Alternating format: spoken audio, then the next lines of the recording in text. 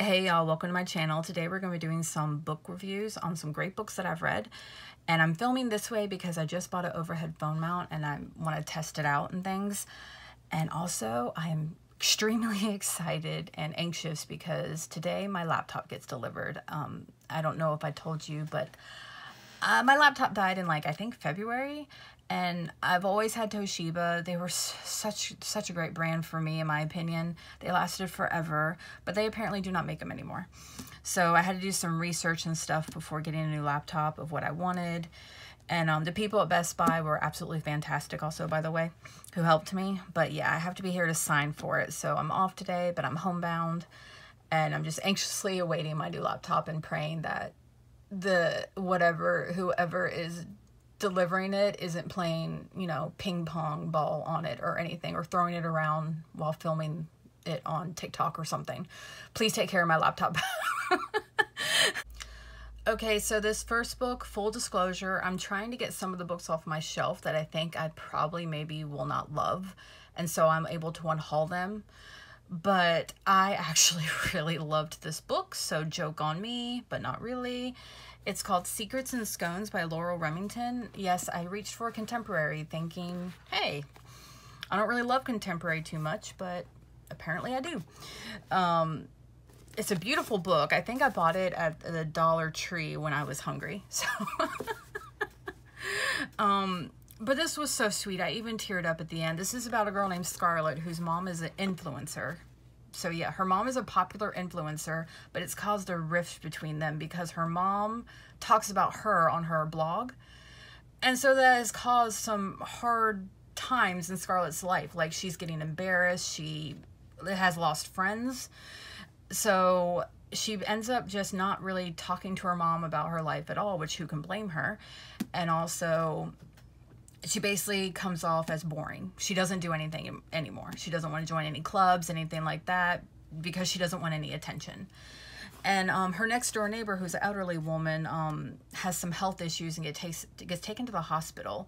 And when she goes in her house to feed her cat, she basically finds this amazing kitchen with this secret recipe book. And she basically learns how to cook, and she forms this secret cooking club she doesn't want to tell her mom about. She makes some new friends and they come over to the house, and there's just all this drama with the elderly woman getting out of the hospital. She kind of lets them use her kitchen.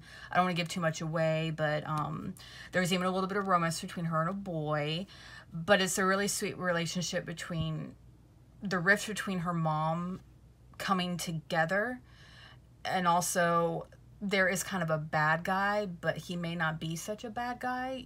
It's just, and like I said, it is very, if you want contemporary, lighthearted, tearful, this might be a good mom-daughter book of the communication between, and especially since with nowadays, I can't imagine if my mom was an influencer. My mom has social media, but we're the kind of family, we're kind of careful of what we post on each other and what we talk about each other. Not only security wise, but just, I don't want to embarrass my sister or my niece or my nephews, you know what I mean? And I won't even put stuff of their image on there without their permission. Just, you have to think about security too. So her having to deal with that. But this also has a sequel. I think it's just a duology, and I'm going to get the second one. So I'm not going to unhaul this. Number one, also, apparently, I love this cover, but I think it actually comes in not only another cover, but the title, I think, was a little changed, too. So, look it up, Laurel Remington, Secrets and Scones. But what's on Amazon is different. But again, I think I gave this 4 stars. It was a beautiful story. It really was.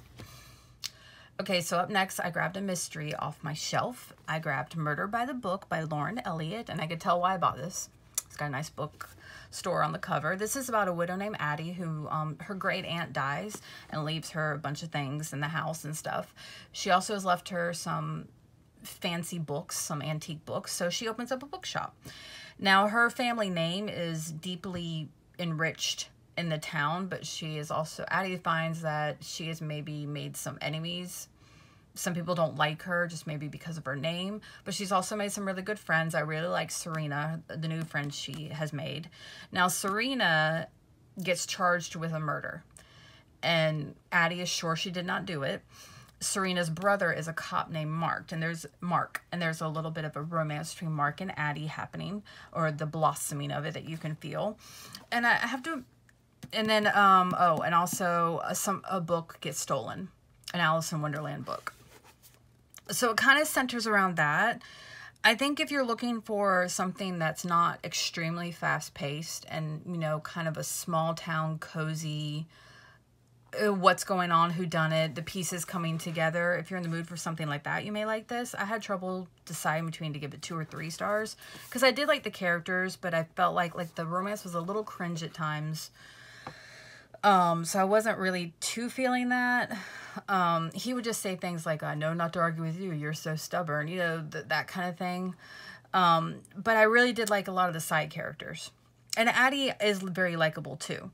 So I don't know if I'll keep this book, but I think I may, if I'm in the mood for that kind of slow-paced, cozy, I may look for the next one. But I think I will unhaul this just to give it someone else to enjoy who'll probably enjoy it more than I did. Okay, so I want to be creepy quills if there wasn't some straight up horror in here. Now this next book, I'm not going to review this one, but I'm going to review another one by the same author. I want to show off this cover of this book though, because it was kind of hard to get a hold of, and you probably recognize it. It's Sean Hudson's Spawn. Look at the baby, the angry baby. My niece, when she was little, would go up to this book because I had it on a picture easel like this to cut. She was like, why is that baby so mad? I was like, I don't know. I haven't read it yet. I was like, but I will find out. And now I know why they're so mad. So I read Sean Hudson's Heathen. Now this one's more of a science horror, whereas this one's more of an occult horror. So different sort of vibe, but same author, great writing. This played like a movie in my head, so I got through it really quickly. It's about a woman named Donna whose husband is a famous author. He gets killed in a car accident, and there is a woman found in the car with him. So she thinks that he's been having an affair, and she's shocked because she thought their marriage was, you know, perfect.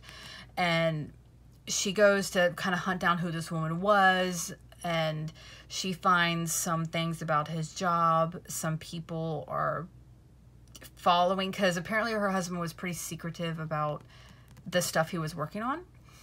And his death might have something to do with the current research of a book he was working on. And now she's kind of being hunted down because these people they think she may know something or have something that they want.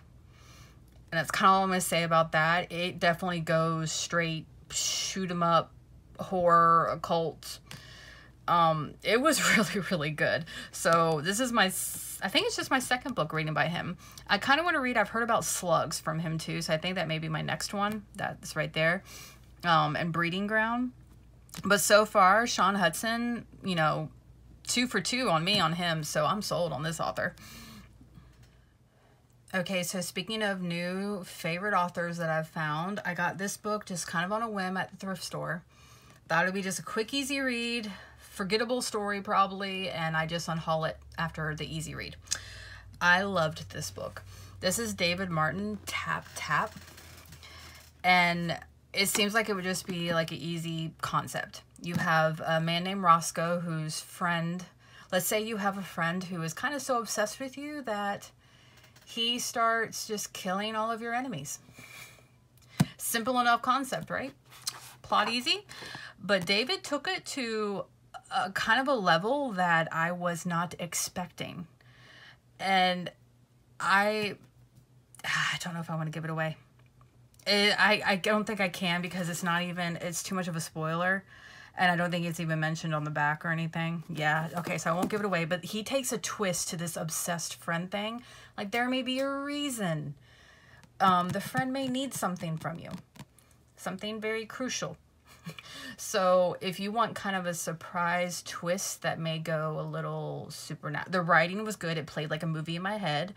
The quote-unquote bad guy was kind of eccentric, I guess you could say, in my opinion. He was very different, but the writing was good. The gore, His gore is almost, I wouldn't say he's quite Edward Lee, but if you are kind of a fan of Brian Greene or Edward Lee, things like that, I think you would like David Martin. I actually picked up, but definitely read this. This was so good. If you want like a thriller, horror, fast-paced, creepy. It didn't scare me, but I'm kind of, you know, I'm not trying to brag or anything like that. It's just because I read so much horror. I don't scare that easily. But it did make me uncomfortable with the description of some of the body parts. But a good kind of uncomfortable, like the kind like, ooh, I want to keep reading. So fantastic. But I even picked up another one by David Martin called Lie to Me. And this one's a little bit different than this one. This one is more of a cop based.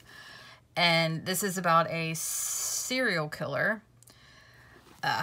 This is more of a drama. This one I feel like had drama elements to it, but was more horror. This one is a little bit more drama because it's more trying to catch a serial killer. And this one, trigger warning. Both of them trigger warnings, but this one especially for SA. Child, you're getting the point of view from the killer, and he is a serial, I don't know if I can say the R word on YouTube. So the R word, and even tries to attack children. So yeah, just major trigger warnings. You definitely do not like the bad guy. But the lead cop isn't that scrupulous of a man. He's still likable, but he's not, he does some bad things. And it's also centers around the woman. Like, she basically finds her husband has been unalived himself, apparently. And in an extremely gruesome way. And you're like, why would someone do that to themselves on purpose? Like, why would you do that? But apparently he did, and it's twisted. This book is definitely twisted. I am still kind of in... I feel like I needed a cleansing after reading these two. I'm not gonna lie. Like, after all this kind of gory horror that I read, you will see why I read the next books to kind of cleanse myself. But definitely check this out. But you can't have a sensitive stomach at all, or else I wouldn't read any of those. Okay, so for my final two books, they're actually the same series, so I'm just going to do them at the same time. It's the books that my mom wanted me to read to see if my 9-year-old niece should read them for her age group. This is The Cursed Princess Club by Lamcat. Here's the first one, and then here's the second one. And I have ordered the third one. It should be coming by today from Amazon, and the fourth one is not out yet. So as you can tell, I loved them because I want them all. This was so good, and no, my niece is not getting them. This centers around Gwen. These are the 3 princesses from the Pastel Kingdom, and they have an adoring father who loves them so much, very overprotective of them. And they sort of get betrothed off to the 3 princes from the Plaid Kingdom. Now, the princes are sent a picture of the princesses to see what they look like. And the 3 sisters also have a prince brother, and this is what he looks like. So there's a bit of a confusion because one of the princesses thinks that this is a girl, because you can tell he's very pretty. He's a very pretty boy. And he thinks the picture is haunted. And this was just sort of a ghost in the background, or a gremlin or a creature or something like it that they caught in the picture. He's like, our castle has them too. And so when he sees Gwen, he's a little upset because, you know, the other princes get the pretty sisters, and he basically gets Gwen, and she overhears that he doesn't want to marry her because she's ugly. And that's where it gets it's a very sweet story, because psychologically speaking, because she's a princess who lives in a kingdom where her dad adores her, and she is very sweet. Her sisters they're great friends. Her sisters adore her. Her brother adores her. The staff treat her well. She's never been told she's ugly. So when she gets called ugly, she's actually in shock, and she's deeply hurt. And she's like, wait, I'm not pretty? And it was actually very, like, heartbreaking for her. And me. Like, I was like, oh, sweetie.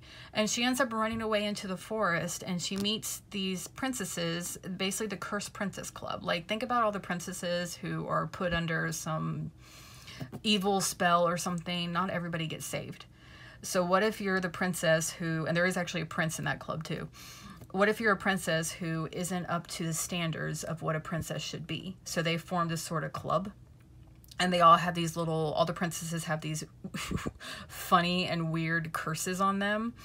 And she's trying to balance, now Gwen is trying to balance the life of joining this Cursed Princess Club and being a princess, and then also the prince who called her ugly. He gets some changes in him too. And I don't want to give too much away, but I actually, I don't know if a 9-year-old should read this, to be honest. And it's not just because I'm intend to keep the books. But I was like, Mom, I don't think my niece, it's up to you. I don't have children, but it does have like this in there. It's blurred out. And in the second book, there's a party where the prince has a keg. And there is some sexual humor in here. So if you're a parent, you know, you may want to read this first. You may not, it might be more for teenagers. I don't know about a 9-year-old, but that's up to you. And this is a bookmark I made. Isn't that pretty? I loved it. Loved making that. So yeah, I highly, highly recommend this series. It's very, very sweet, funny, and cute. And I think it even got an award. Best humor webcomic. I could see that. Like it definitely made me laugh out loud quite a few times, and I cannot wait for the next one. All right, so let me know if any of these look interesting to you, or if you've read any of them and what you think. All right, don't forget to like and subscribe. Thanks, and have a good one. Bye.